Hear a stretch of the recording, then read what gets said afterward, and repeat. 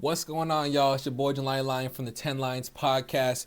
And once again, I'm here with um a not one of my regular videos, it's not a podcast episode, but I have a book, a children's book that I wanted to share on my platform because it is to me such an important book, and it's a children's book. Um and out of all the children's books I've read from my childhood, I think this is the most important children's books I've ever read. And I encourage people, anyone who hears this, to think about it, no matter who you are.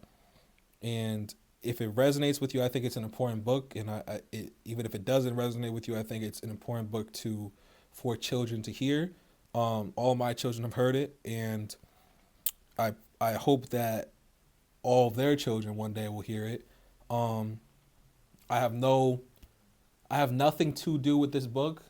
I found this story scrolling through YouTube. So it was by chance that I came across this book, and I wanted to share it with anyone who was willing to listen, and anyone who is supports me and who is tapped in to the podcast or anything I have going on. Like I said, I have nothing to do with this book, but the book is called Jalani and the Lock. My name is Jalani, obviously. But this book, I believe this book was made in 2007. Um, Either 2007 or 2000. It was copyrighted in 2001. So at that time, I was born in 1996. So in 2001, I was 5. So I think that's very cool that this book was literally copyrighted when I was 5. Um, Today, a YouTuber by the name of I think the YouTube is Storytime with Miss J.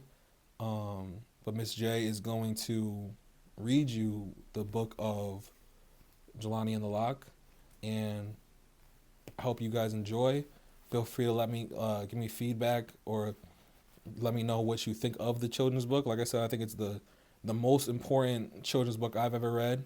Um, I think that anybody who reads it, no matter who you are or listens to it, um, can benefit from it. So yeah, this is Jelani and the Lock. Jalani and the Lock by Lorenzo Pace. Jalani and the Lock by Lorenzo Pace. Jalani and the Lock. A long time ago in Africa, a little boy named Jalani, there he is, loved to play in the forest. Such a beautiful forest. The forest was very beautiful to Jalani. Everywhere he looked, there was life and magic. Jelani's mother told him many times not to play in the forest by himself, but he played there anyway. One day, when Jalani was playing in the forest with his imaginary friends, a strange man came and took him away. On a big boat with hundreds of other people, to a far off land called America. Locks and chains were put on Jalani. He was forced to work all day with very little food and was never allowed to play again.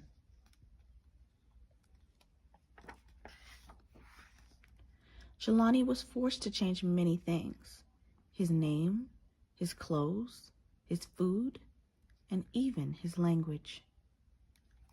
Jalani. But they could not change his memories of home. He kept those in his heart.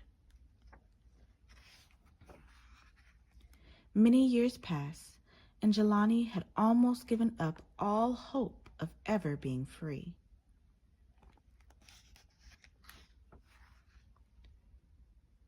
And then one day, a tall man in a black hat said that all enslaved people should be free. And freedom finally came. We are free. And Jalani was set free, but he kept the lock and the key that kept him in slavery. There they are. Over the years, Jalani had lots of children and grandchildren. And just before he died, he gave the lock to his eldest son, and he told his son that he had to pass it on to his own children one day. He's giving the lock to his son.